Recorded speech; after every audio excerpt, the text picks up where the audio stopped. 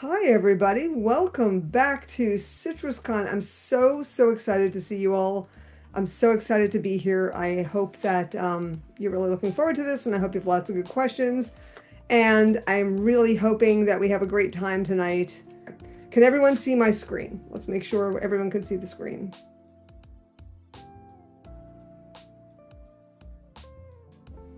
Okay, good. Excellent. That's fantastic. All right, so we are here today to talk about queer manga that changed the world.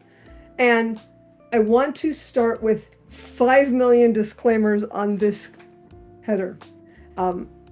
This is in no way a comprehensive look at every queer manga that's ever changed the world. This is not a definitive look at queer manga that changed the world. And one of the questions I get a lot at the end of all my panels is, why didn't you mention this thing? And then you guys are really great. You don't go, why didn't you mention it? You usually say, hey, did you think about this?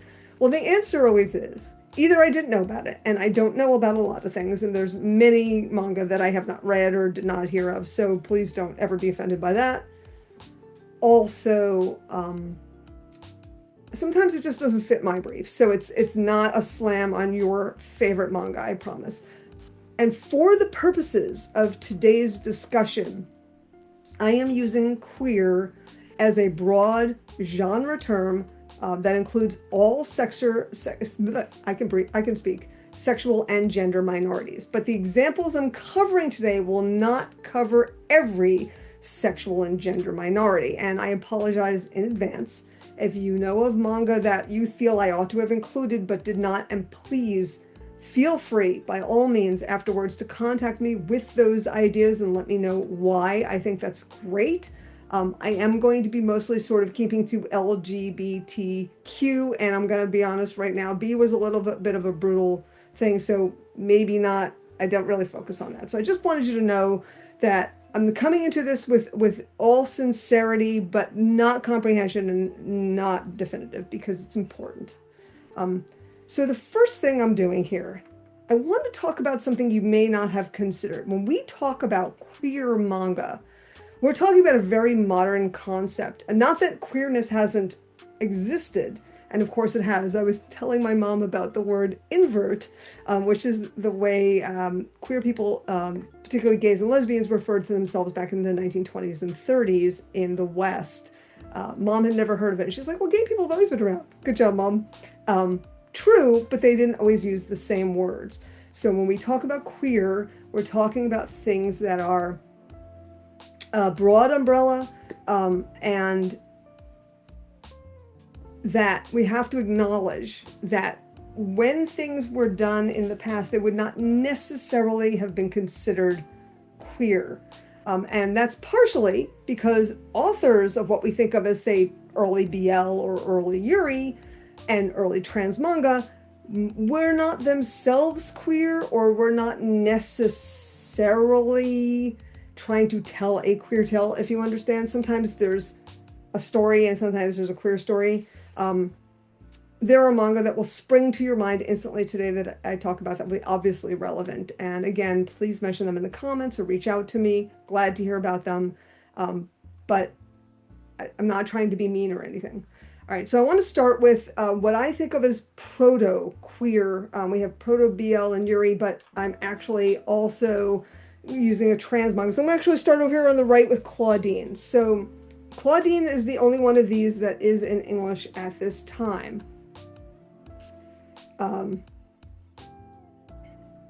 Claudine is a tale that is explicitly about a trans man, and I want to mention this one particularly because it's an exception to the proto-BL Yuri, proto-Yuri, proto-BL manga issue. It was framed the way it was framed when it was written by a not queer person, by Ryoko Keita, the great and powerful. And I don't mean that with any sarcasm at all. I mean, I worship this woman. It was narrated by a sympathetic psychiatrist who does have the language of the time, right? I think she's called transsexual at some point. Claudine is understood to be a man by that psychiatrist and assigned female at birth. So there is queer identity insofar as there was queer identity. So that is an exception to the rule of it's not really queer. This one really kind of could be considered queer, but for most famous proto and early BL and Yuri, this is not true. These stories may have explicitly queer content, but mostly without queer identity. They didn't necessarily have characters thinking, oh, hey, this is my gay awakening. I am gay, or I like boys, or I like girls, or whatever. That's not necessarily what's going on. The drama is the point. This is actually still largely true for both BL and Yuri. And actually, when we go later, I always, every year, ask when I'm doing panels for you folks, what's the current BL that's queer? And you know, people don't really have a lot of good answers for that. What I get a lot of is, oh, this one's really cute, or this one's really nice. And that's not what I was asking. And I'm not saying there's not a lot of it, but actual explicit queerness, and we all have our own lines on that. So again, when I say I'm not definitive or not comprehensive, this is what I mean. Like my idea, and so I think somebody's here, hopefully, who joined me on Blue Sky having this conversation. So my idea is there's a moment where manga goes from BL or Yuri to LGBTQ+. When they say, you know, I'm gay, I'm living a gay life, this is my family, or this is my issues, I'm dealing with homophobia. So when they actually have queer identity, you start slipping out of BL and Yuri. There's a fine line. And I've spent 25 years kind of trying to get that Venn diagram a little bit more of a circle in Yuri, and it's working, and we'll talk about that. But largely we have BL and Yuri are queer content without or with little queer identity. And again, this goes because sometimes the story isn't really about that, or the manga magazine editors aren't really interested in making the point, or they want to address the broadest possible audience who can just sort of elide all that. Often readers will read a story and see themselves in it, and that is why this point we're not going to be talking about Bloom Into You, because a lot of times readers will see a story and go, oh, it's about this, when it was not. So in the initial beginning of Bloom Into You, the characters are presented, the one character, You, is presented as asexual. She is not, and here's the hard part, she was never going to be. She was this I don't understand love type asexual, and it's valid, it's real. If you personally saw your own self in that and realized you were asexual, fabulous. I think that is amazing, and that does not invalidate your sexuality or the book being asexual, but that was never the intent of the book, so that's why this one's not here. So sometimes readers will assign a book queerness when it's not necessarily. So here we are with proto and BL manga, proto Yuri and BL manga that you might not have heard of or know about or think about. So the first thing we're going to start here on the left is the very famous Kaze Toki no Uta. This is super famous by Takemiya Keiko. It's not yet in English. It is probably the oldest proto-BL manga. And again, here's the key. She was not writing a queer manga. She was writing a manga about two beautiful boys in a sexualized situation. A shonen ai was what they called it at the time. Next up is Shiroi Hei no Futari, which I consider the first or proto Yuri manga. And that is to say, there wasn't a lot of the tropes that we know of from BL and Yuri were both established early back in the 70s when these two books were created, and they continue on for all these years, for all these decades. It feels like thousands of years. It's only a couple decades, actually. 70s wasn't that far back. I was alive. And what happened is a lot of our tropes that we recognize, we think of, we get used to from these periods of time are from this. I need to move this for a moment. Come on. Can we move this? Oh, you're not letting me move this. Hang on a second. I'm having a little trouble. There's a thing I need to do. I'm going to have to move it over here. So the third thing, again, sorry, I'm having a hard time keeping these. My screen sharing is paused. All right, here we go.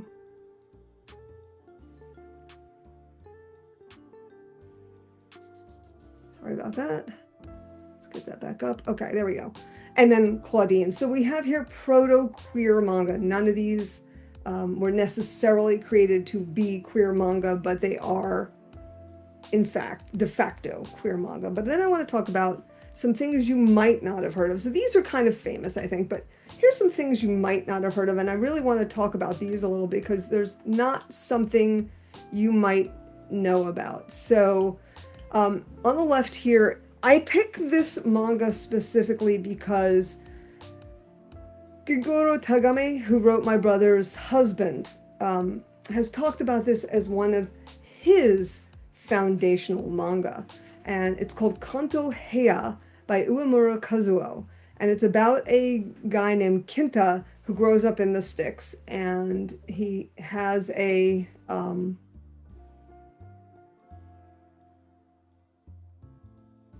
just checking to make sure nothing important is going. Sorry, yeah. So has a classmate who is... ultimately, he finds, so he leaves the sticks, he goes to Tokyo, and he finds his classmate Ginkgo, who appeared to have a crush on him when they were young, and he finds Ginkgo in a gay bar, passing as a woman. And what Tagame Sensei said, and this was back at Queers and Comics in 2015 in San Francisco, was that it was like, like the scales from his eyes. He was like, oh my God, yes, absolutely. And so this opened him up to queer manga. And so while it's not something that we're going to see here, and it's not something that you might be familiar with, I wanted to kind of talk about sometimes things have effects that are bigger than we know of, or they didn't get over here, and they're not like necessarily openly queer, but again, like Claudine, proto-queer. The next thing is the magazine Barazoku. And Barazoku is probably pretty famous. Many of you probably know what it is. It's a gay men's magazine in the 70s, and it had illustrations, and it launched a lot of gay comics illustrators' careers. And so again, that was a comic form where people were going, oh, this is queer, and this is gay for gay men, for me, gay man. Very important. And another one I want to point out is called Umibe no Kane, and I've reviewed that on Okazu. This is a manga about a gay woman who falls in love with a straight woman and is eventually disappointed. I did not like it. I found it very frustrating, but I have been told by Rachel Thorne that at the time, a lot of queer women who read it was like, yes, this is my life. Like every woman I fall in love with just sort of disses me. So I want to talk a little bit about those because in the West we have some very clear ideas of where BL and Yuri come from, but queer manga may have come up in other places that we are not particularly familiar with. Everything, everywhere, all the time comes back to Sailor Moon for Erica. The reason I put this here in proto-queer manga is because when this came out in Japan, I've talked about how the anime stopped the Shinjuku Nichome dead on Sunday nights, but also in the manga itself, there's a moment where Sailor Moon Usagi is asking Michiru, is Haruka a man or a woman? And I always feel like I would love a updated one because at the time they both say, does it matter? And Michiru says she has the heart of a boy and a girl, which is of course a nod to Ribbon no Kishi, which leads to a lot of cool gender and identity and sexual identity things that could be done there. Of course, it's not going to do that as Sailor Moon. It's not happening. That's not what Sailor Moon is about. And initially, they were just meant as sort of a Takarazuka couple where Haruka is like cool and Otoku Yaku masculine. Michiru is Musume Yaku feminine. But there is, despite that, a whole lot of people of my generation who watched and read Sailor Moon went, oh yes, absolutely. I know who's gay. So that's again why we're putting it into the proto section. In the early part of the 21st century, ALC Publishing, my own publishing company, started publishing overtly, explicitly queer manga in English. And I forget often to talk to people about how important that was that I actually just put it out there. So we have Tokyo Love, Rika to Kanji by Rika Takashima, who is working on a sequel, even as we speak, called New York Love. I'm super excited about that, as you can imagine. And Eriko Tadano, who did Works, which is 4 stories explicitly about lesbian life and love. And when I put them out, I had a hard time finding publishers, I had a hard time finding printers, I had a hard time finding distributors, bookstores, because these were openly queer content.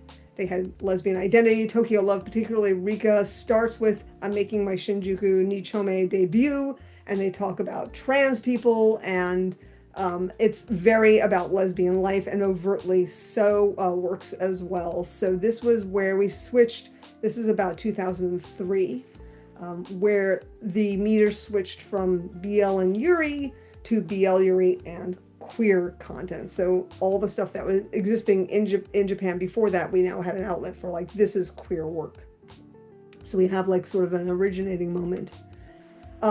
One of the things that is explicitly queer without using necessarily that sort of phrase is Shimura Takako's Wandering Son, that is about 2 kids who are trans, a trans man and a trans woman. They're both tweens, and they're both struggling with school, and there's a lot.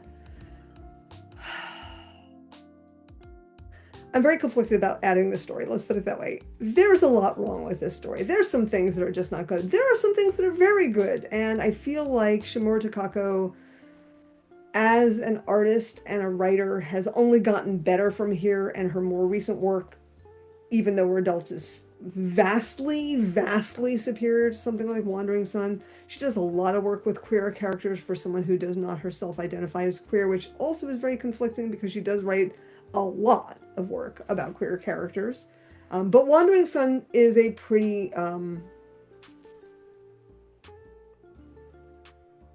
sincere, is the word I guess I'm looking for, story about 2 trans kids. And I think for that, that's a really important book to consider for the beginning of queer manga in English, because they do talk about what it's like, and they do talk about the problems they have, and presentation, and of course when Shu starts to hit puberty, there's also that. So I think it's a good early entry into queer manga. So then speaking of Tagame Sensei, who is, by the way, one of the most adorable humans on the planet. He is just lovely. And I spelled that wrong. My brother's husband. I like it, Erica. Good job. My brother's husband, which is explicitly queer. It's explicitly by a gay man, about a gay man going to visit his husband's Japanese family and talking about the homophobia, the casual homophobia of nice people is the way I like to put it, where these are people who consider themselves good and nice, and if you ask them, they're totally open, and then it turns out maybe they have a lot of issues with some things, and it's a great book, and if you haven't read it, I do recommend it. Pantheon has put it out, and I think in 2 collected volumes. Really good, really sincere. If you're not familiar with Tagame's work, when you're done with that and you go to look him up, be careful, because a lot of his stuff is super 18 plus. I'm sure the folks here know him very well and know about his erotic art, so I probably don't have to warn you too far, but do be careful. Also trans, The Bride Was a Boy is actually a comic essay. And I put this out because this was actually pretty early on in, I think, this 2010s, where this is a comic essay about, hey, look, we have queer content, and it's about a trans woman who talks very, very, very frankly about her life in Japan and her journey to become a woman, and how the unfairness of Japanese laws, which are not particularly wonderful. So that's a really good one. That's also explicitly queer. It was pretty early for 7Cs to be in that game doing explicitly queer stuff. This one was probably the biggest breakthrough in terms of just using the word in the title. I don't think before My Lesbian Experience of Loneliness showed up, we ever had the word in the title. And so the fact is, this is not about her being lesbian. It's not really even about a lesbian experience, but it's about a lesbian's experiences with loneliness is really what it's about. And of course, the story has gone on to be about her mental and physical health and some of the things that come out of that. I think this is one of the most breakthrough books we've had, because once this book hit the shelves and became a blockbuster, the dam broke, and we started getting more and more and more queer content, openly, explicitly queer content, and tons of stuff that wasn't queer but was really edging up on it. Around the same time, we had What Did You Eat Yesterday by a straight woman, Fumi Yoshinaga, who loves gay men. And this is about two explicitly gay men, and they talk about their relationship. And this was a really, really huge hit among adult women in Japan. So this one was another one that really made a huge, huge impact. So like Sailor Moon just sort of broke open a big door of like everybody. And, you know, we have things like this that just like grabbed a whole audience. It was like gay, whatever. But no, gay men. Oh, I get it. Gay men, not BL, but gay men, adult men. And it changed this is not in chronological order, in case you can't tell. I'm sort of jumped back and forth. But this really broke up in an adult female audience being much more open to gay marriage, gay issues, and gay rights in Japan because of something like this. Again, I Think Our Son Is Gay is another comic essay. Really, again, it's a really explicit story, and it was another one of these where the gay is in the title, right? It just makes a difference to have words like bi and gay and asexual in the title, just to make a big, big impact. This is relatively recent, but I want to add this. Boyish Squared Butch Butch Yuri Anthology, which is an anthology of multiple independent artists, is a tremendously powerful tool, which you can buy in English from Manga Mavericks, is the people who are carrying it. And I'm disclaiming I'm working for Manga Mavericks right now, and I will be ranting and raving about them a lot, because they have a lot of Yuri and a lot of queer stuff. We are working on a ton of really amazing queer stuff. But Boyish changed the topic of Yuri from just being butch femme all the time, almost explicitly all the time, to, hey, where's all the butches falling in love with each other? So I put this here. It didn't change the world, but it changed the Yuri fandom, and I think also, again, shoved everybody towards a more queer, openly queer, explicitly queer audience. Our Dreams at Dusk was a huge, huge game changer. I put all 4 volumes in here so you can kind of see the range. We have the story of a young boy who realizes he's gay. We have a kid who's trans. We have somebody who has no idea what they are. Like, he has no clue at all. He'd never really thought about it that way. He always assumed he'd be straight and then isn't. And then lesbians. I think that should be a thing. And lesbians. This story is by a non-binary, an ex-gender person who does a lot of work that's very famous. I'm sure you've read some of their work.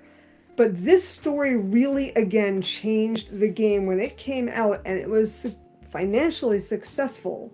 Publishers looked at that and went, oh, we can do more queer stuff. It won't hurt us. And of course, every single time 7Cs or anybody else says, you know, what would you like to see? You get like more Yuri, more BL, but what this did was more queer. And that was so important. And then I wanted to put this. This is Mine Kun is a sexual irodori, is a doujinshi creator, localizer. They do a lot of BL.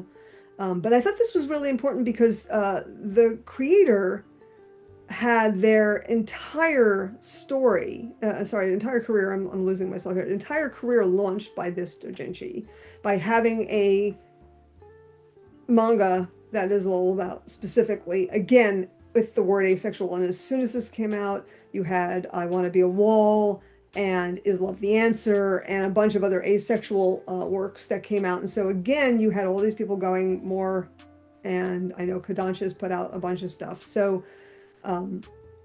again, it's not maybe world changing, but it's fandom changing in the sense that it uses the words, says the thing, people see themselves being represented, and it's important to understand that that just did not exist before that.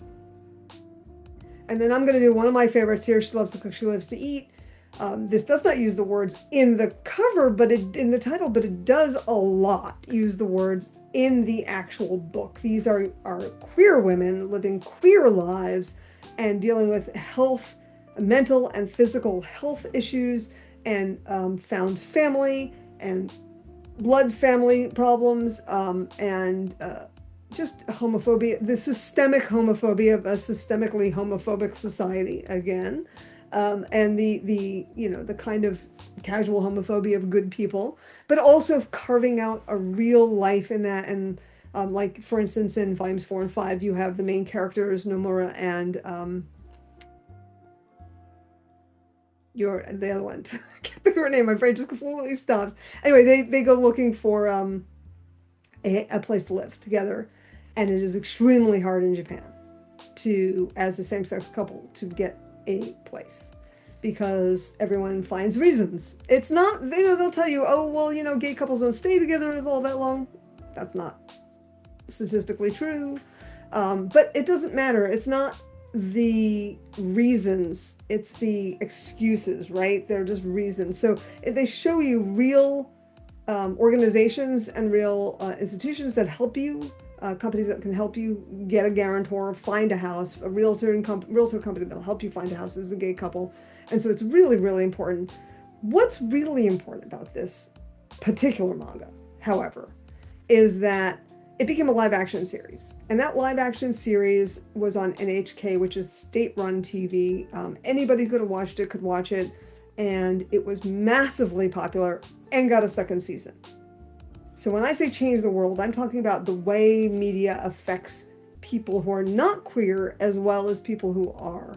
Because you could be watching something, God, this is so sweet. I didn't really realize, and the two women who are playing the main characters are just like, this is a really lovely love affair. It's a great love story. And they were just saying that, it's really cute. It's really nice. It's really sweet. I think of this as just a really beautiful love story. And while yes, they're not queer, they understand now that's just kind of the same for everybody. So that's really important. And then I'm going to always do this. I'm actually using my I Love the Villainous mug today. I Love the Villainous was, as far as I know, and I could be wrong, I'll be wrong about that if I can, the first openly queer fantasy isekai novel where they used words like gay and lesbian and homosexual and trans, and they have openly queer storylines.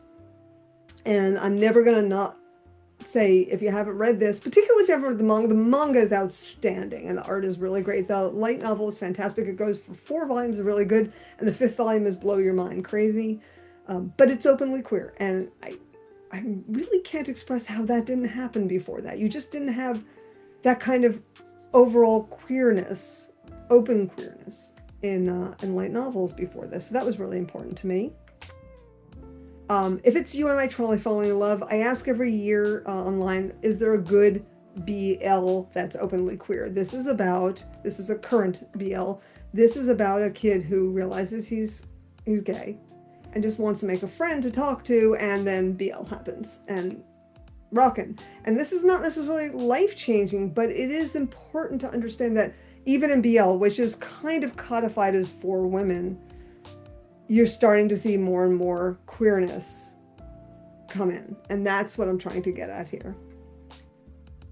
And then we have the guy she was interested in wasn't a guy at all. Now, this one's really interesting because it wasn't initially explicitly queer in any way, shape, or form. There's 2 girls. One of them thought the other one was a guy. She kind of falls for him and then finds out it's the girl who sits next door at school. So it's a contemporary high school romance. But what happened was somewhere around volume 2 and 3, something shifted, and Rai Sumiko started to really dig into the character of Mitsuki, and again, my brain is just shorting on names today, Mitsuki, and delve into some of her gender identity as a much more butch woman. And so it has become openly queer now. It's something they talk about and something they deal with and something they're addressing. So if you haven't been reading it, and I can't imagine a person left in this country who isn't, do read this book. It's really delightful, and it's the one Yuri manga I think my wife loves more than me. She's not a huge Yuri fan, but she loves this manga.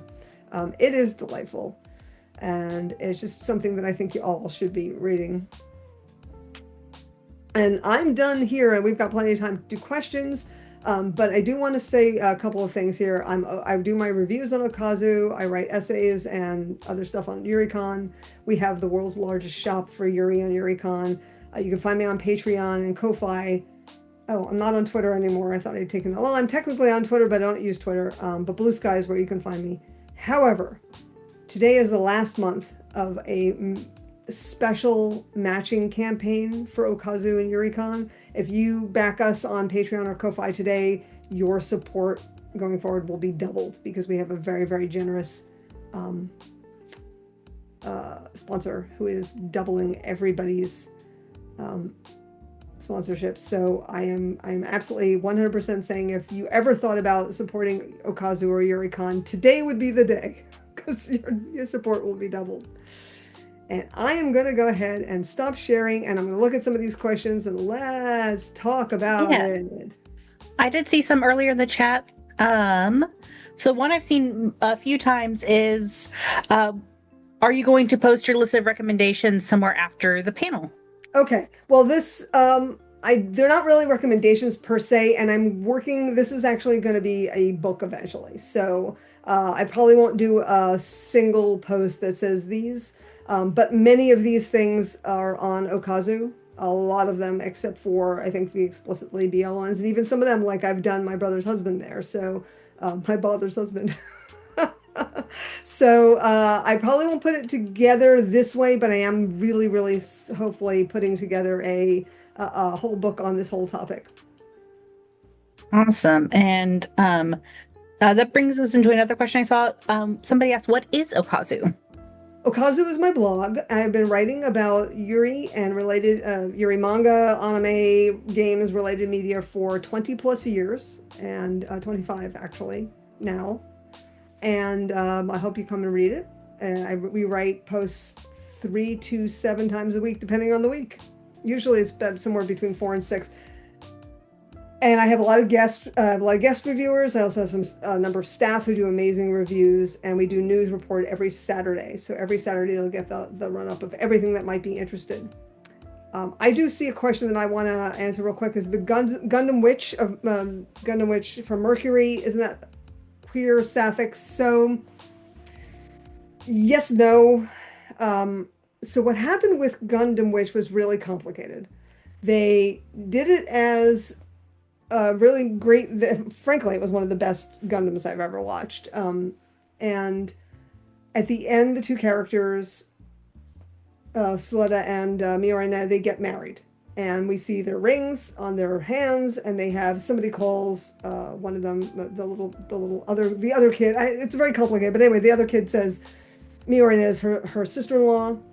And then Bandai, for some reason, got really pissed off when a magazine, a Kadokawa magazine, pointed out that they were married, said they were married. It was an interview with one of the voice actresses, said they were married, and Bandai, for some reason, lost their minds and made them take the article down.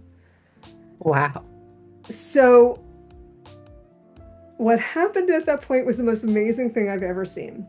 First of all, the notes came out for the release of the DVD set that basically said they're fucking married. like it actually said that, like not quite, but like they said that. And then, and you can find this on YouTube, the team that did the voice acting all kept doing extras saying, oh, here's my lovely daughter-in-law, oh, here's my sister-in-law, on and on and on and on and on and on endlessly. And they didn't let us go for like 3 months. They just kept banging out videos, making sure like, oh, aren't you two a happy married couple? On and on and on.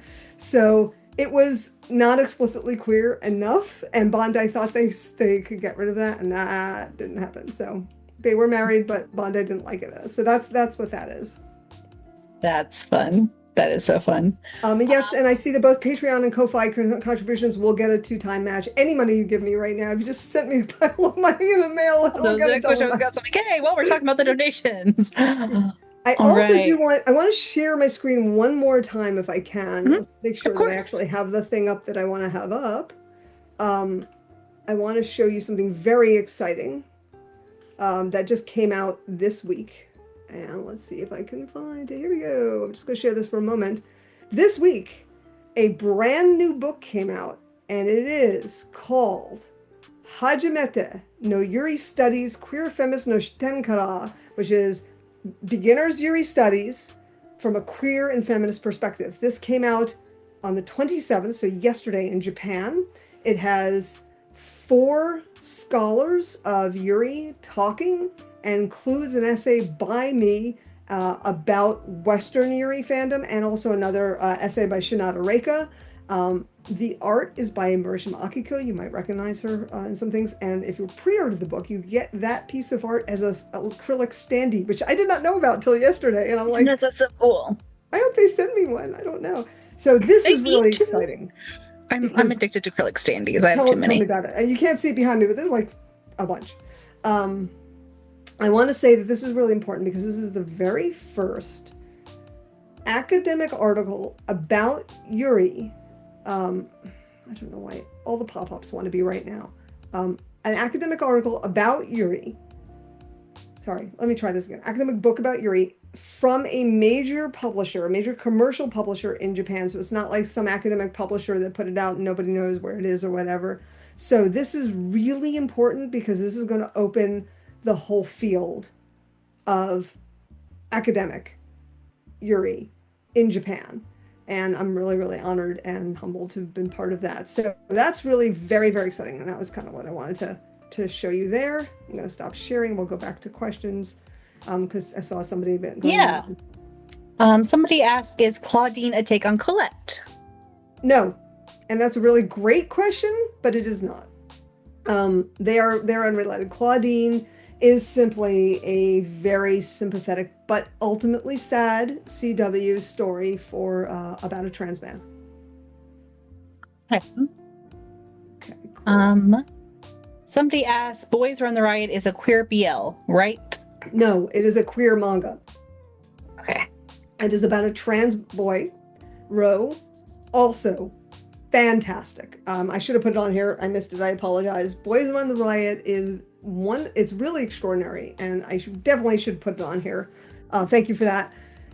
It's a couple of things. It's by a trans man, and it's about a trans boy and his life and the things that he's dealing with, and what happens when he works with somebody who helps him find himself through art and fashion. And what really makes this one interesting, particularly from a Western perspective, is that when Kodansha put that out, the entire localization team was trans from beginning to end. Every single person who worked on the book was trans. And that was really important. But what was really, really important was they said that in their marketing materials. To me, that makes that elevated importance. You know, like, hey, not only is it about a trans boy and split by a trans man, but also, hey, all of the people working on it are trans, and we're just going to say that without any weirdness about it. They just said that, and they were like, isn't that cool? Which I think is, yes, it is very cool. And I have to say, I know the folks at Kodansha and Seven Seas really well, and they are so pro queer stuff. I mean, they want good queer stuff that they can sell. Of course, Manga Mavericks. I mean, these people are not like not getting good stuff because they don't want to. If they can't get what you want, or Katakawa too, so Yen Press too, if they can't get what you want, it's because they can't get what you want, right? That's something I just really want to say important, because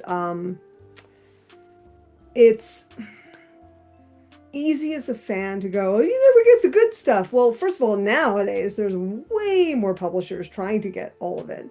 Not every publisher cares whether something is queer versus BL or Yuri, and I think that's important. Like J Novel Club is iffy about it. They don't care. If it's Yuri and it's going to sell, that's fine, but they don't necessarily are taking a point where they know they have a dedicated queer audience. I know Seven Seas definitely knows that.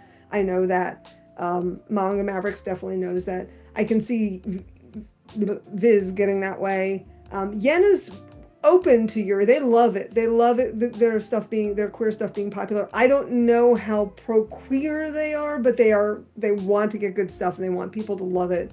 And they love they're starting to really understand that Yuri is big between the guy she was interested in was the guy at all and Love Bullet. They did a Yuri Cafe in New York City this past month, and it's the coldest coldest day of the year. I dragged my ass in. It was so cold, but it was fun, and we had a great time. So they are supportive, and I think that you're seeing more and more and more companies going, wait a second, not just Yuri and BL, but the queer audience really is looking for stuff. You're seeing more companies, particularly smaller companies, looking for stuff that's asexual, bisexual, and um, and I think that as these things become more and more financially successful, marketable, you'll see more of it coming out, like Baihe, which is Japanese Yuri, or the Danmei, which is Japanese BL. You know, it's gotten so big, you're just more and more and more. So, um, the lesbian Fujo bar in Nichome, is that Anchor Port Tokyo? Port Rainbow, Anchor Rainbow Port Tokyo? There's a Nichome, Shinjuku Nichome club. It's a cafe during the day and a bar at night. And it's all genders welcome. And it's a Yuri cafe. So it's not Fujo technically. It's a Yuri friendly cafe, and they do Yuri fun stuff. So I would definitely recommend going to do that. Nice. One person asked, when Japanese writers are using LGBT terms specifically, what words are being used in Japanese? So, you know, it's like English, everything's changing, right? So they do use lesbian and gay.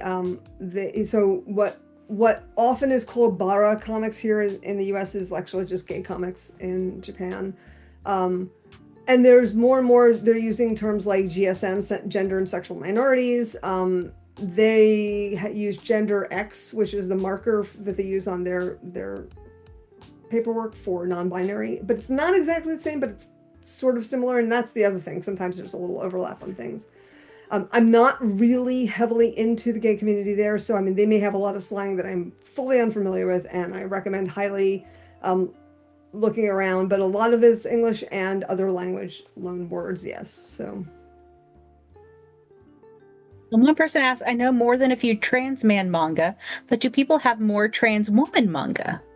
Well, The Bride Was a Boy is one. I know there are others. I just picked that one. And there are quite a few actually, and some there's a lot too that haven't been translated. I can just tell you I know of one coming up that I don't have the right to announce. So there will be more. There's always going to be more, and there is more out there. So yes, if there's anything, anybody has comments for that, that's always good.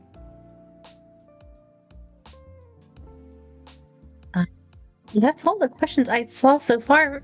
We still got a few minutes. If anybody wants to have talk any specific questions?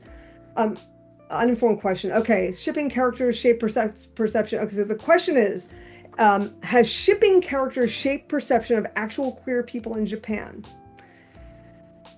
Well, when you say people in Japan, you are talking about millions of people, and I'm not trying to say it's an uninformed question. It's a good question, but always be aware when you say fans or in Japan or in America, you're talking about a huge group of people. So the answer is always yes, no, and we have no way to know.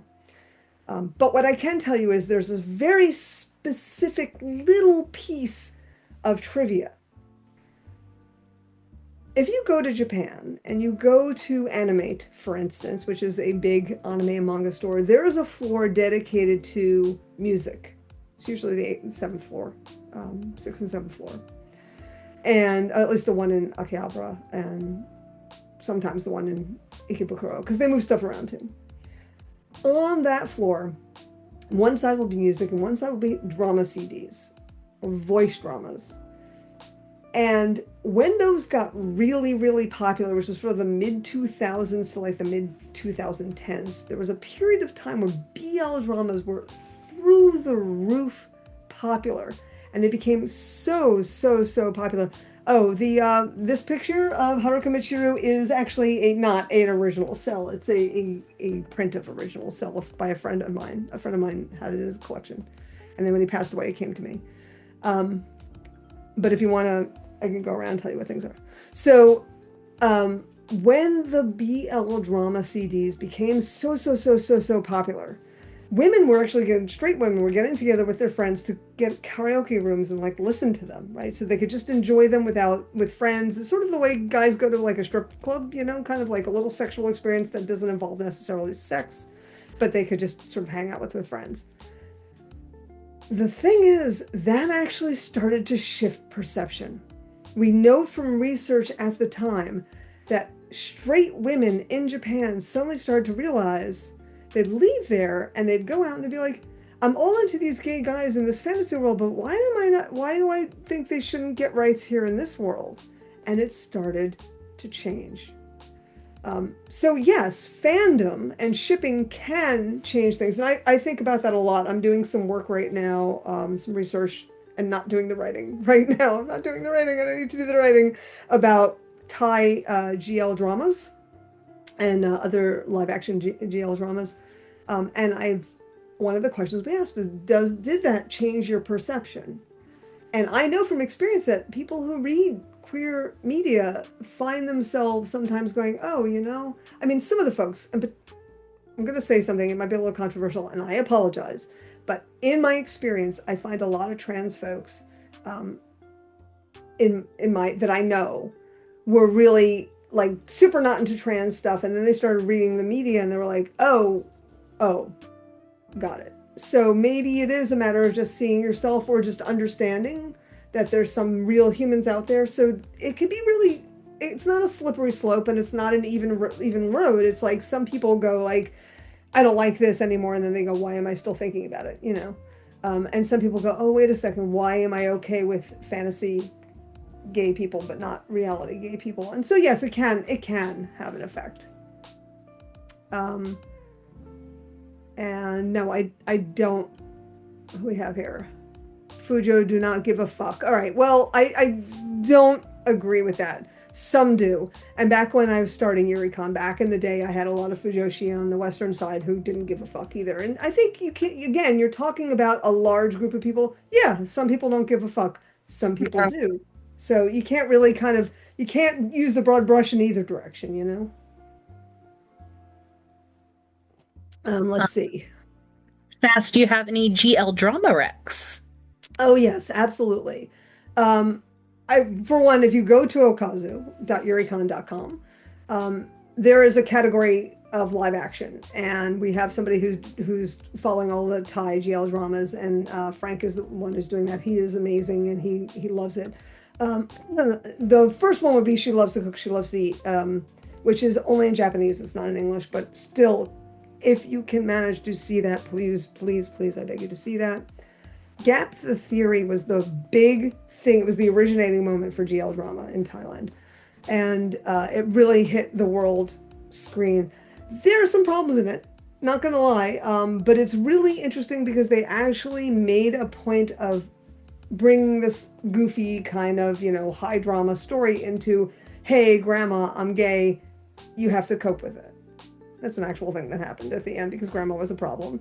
And this was important because it went on to TV right at the time that they were talking about same-sex marriage in Thailand. And so this drama, which was very popular both on YouTube and on Thai streaming, was made, hey, grandma, get over it. And then you know what happened? Same-sex marriage passed in Thailand. And there is a definite correspondence between the way the media shifted and positivity there. If you want to get a really good feel for lots of different things, there's a streaming service called Gaga Ooh La La. And amazingly, that has nothing to do with the Lady Gaga song, but it's GAGAOOLALA, which is Gaga and Lala are Thai for gay and lesbian. And it has live action dramas from Thailand, from Taiwan, from some Vietnamese, some Korean, and so you can get like a whole... I know, I feel that way too, Kale. I absolutely have a subscription, never have time to watch it. Absolutely great subscription. You get like all of Asia and also some European. There's a bunch of European and some American gay and lesbian live action media there. rather than me giving you a suggestion, I highly recommend you go there because they have lots of queer stuff, and it's almost all openly queer because that's what they're focusing on. They also do things like games. Sometimes you get like a free game if you get a subscription to them. I got a free game a while back, and one of my reviewers reviewed that.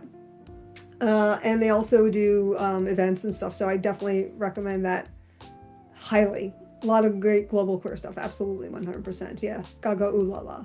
So that's much better than me going here. Watch this one. Other than Kutabe, which she loves to cook, she loves to eat, is so awesome. So I did review that too. I have a category of live action.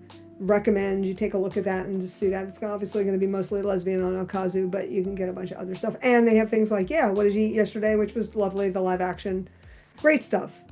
So well worth going to see, at least to see if you can get the free stuff. And I had a couple people ask if She Loves to Cook, She Loves to Eat is on Gaga Ulala. It's not.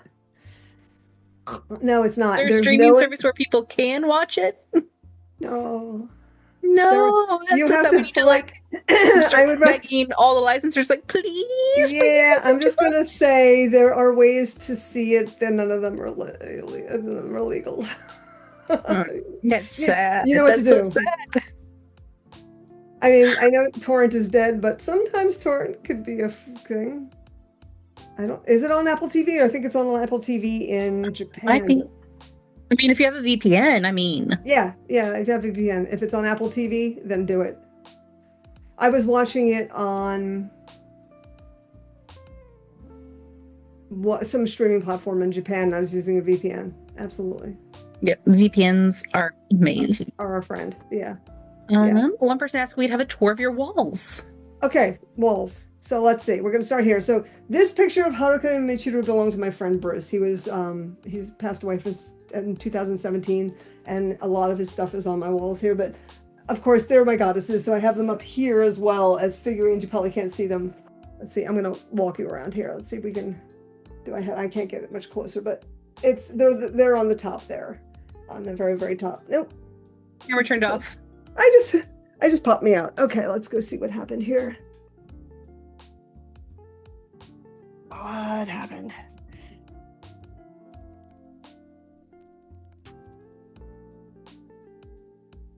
Yeah, we just lost it completely. Yay, that's excellent. Somebody, Next Spec was able to confirm that it is on Apple TV in Japan. So, oh, great. VPN time. Great. Well, let's see if I can get us back here.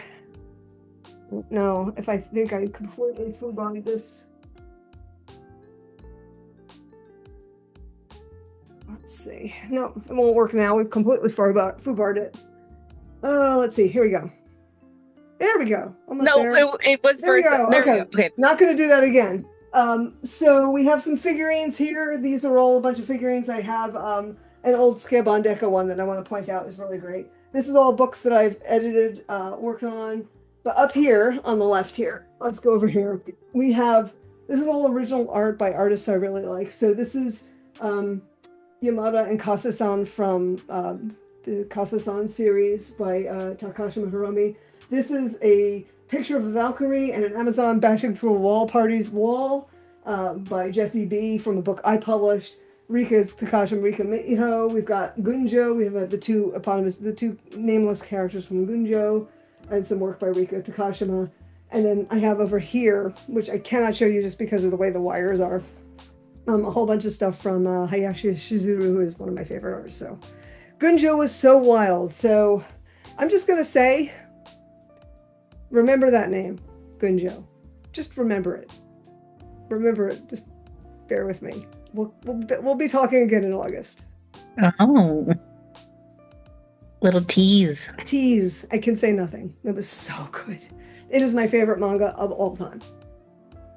And I'm still friendly with Nakamura Sensei, and she is outstanding. So, yeah. So there we go. That's the wall I have, and I have the stuff that I can see that I love best that you can't see from where you are. But this is all my Hayashi Shizuru stuff. Who did what's the name of Nakamura's Gunjo? It's Gunjo. That's the Japanese word for aquamarine. Okay.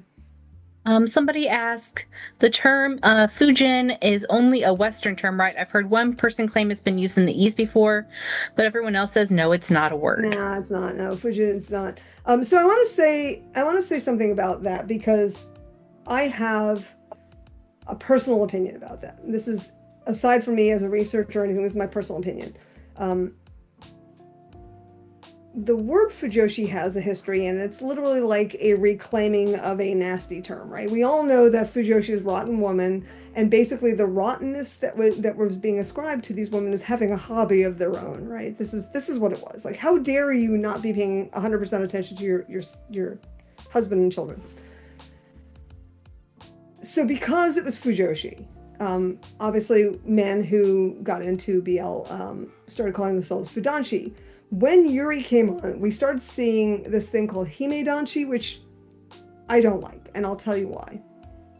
One, and the most important, there is no reason, there's no legitimate, sensible reason to gender Yuri fandom. Yuri fandom is very evenly split between genders and sexualities and ages. There's just no reason for it. So the term we use is Yurijin. And I coined that because Jin is people.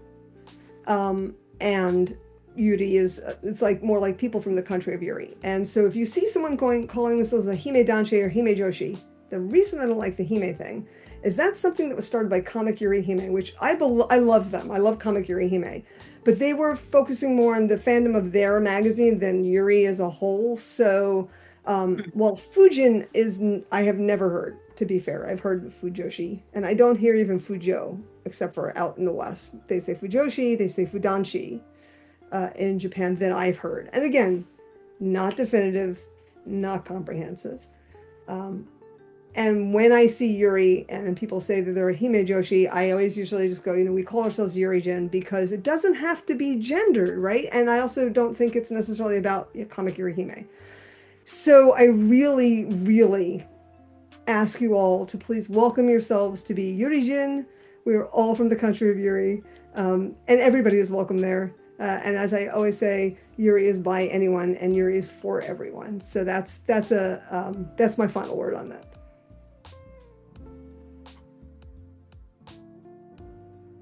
We have 3 minutes left. If anybody got another question. Okay, do we have anything else? We did Fujin. Do we have one more? Could I talk about my story learning Japanese? Oh, so that was Sailor Moon. So any question you're going to ask me about personal stuff, the answer is Sailor Moon, except for like meeting my wife. But seriously, Sailor Moon. So I was watching Sailor Moon, and I could specifically, it was Sailor Moon, yo! Tuxedo Mask said, Sailor Moon, yo, tuxedo comment. And I thought, I can't help but notice that they use yo when we would put an exclamation point. And because I, like everybody else, I'm a human being, we do pattern matching. I went, I could learn this. I can't. That's not the point. The point is I started learning Japanese right then. And I remember the very first day I read a page and thought, it's words. It's not a puzzle. I figured it out. I know exactly what I mean. I was reading Cardcaptor Sakura. So that's, that level of reading. I really, really, really still struggle with it. But you know what? It's a lifetime. It's fun. That's my journey. And I read more than I speak, and I speak like incoherently. So I can order food, but I can read, and I do read. And that's the important point. One last thing, we're going to grab this one. How do I see Utena's impact on Yuri? Really good question. Yes, that was the impact on Yuri. Because of the timing. It was 1999. It hit in Japan. It hit here shortly thereafter, about 2000, 2001. It was picked up by CPM, which had a lot of money, and they did a lot with it. They got some decent voice actors, which at the time was not always the easiest thing to do here. And then they took it around to film festivals and stuff, and they let me take the movie around to film festivals. And so that was post Sailor Moon. It was that Cardcaptor Sakura, and helped with queer fandom, and then Utena helped with queer fandom. And then by 2003, we had a lot of things that were Yuri-ish, like Kanazuki no Miko and Noir and a lot of stuff like that. So that really helped build things for us to talk about online. And then 2007 Strawberry Panic hit, and then that sort of was the beginning of sort of the big breakthrough of Western fandom. So yeah, it definitely had impact. Also had an impact on everybody else because it was also so queer coded in like 1,000 ways. I mean, Utena is one of those things that is so brilliant that every time you watch it, you learn something new about it. Yeah, It's amazing. Yeah. But, thank all right, you all. well, thank you so much for your panel and presentation. Love having you here. Always a pleasure. Thank you. All right. Well, have a wonderful day, everybody. Thank Enjoy you the very con. much. Bye. I'll see you online. Bye-bye.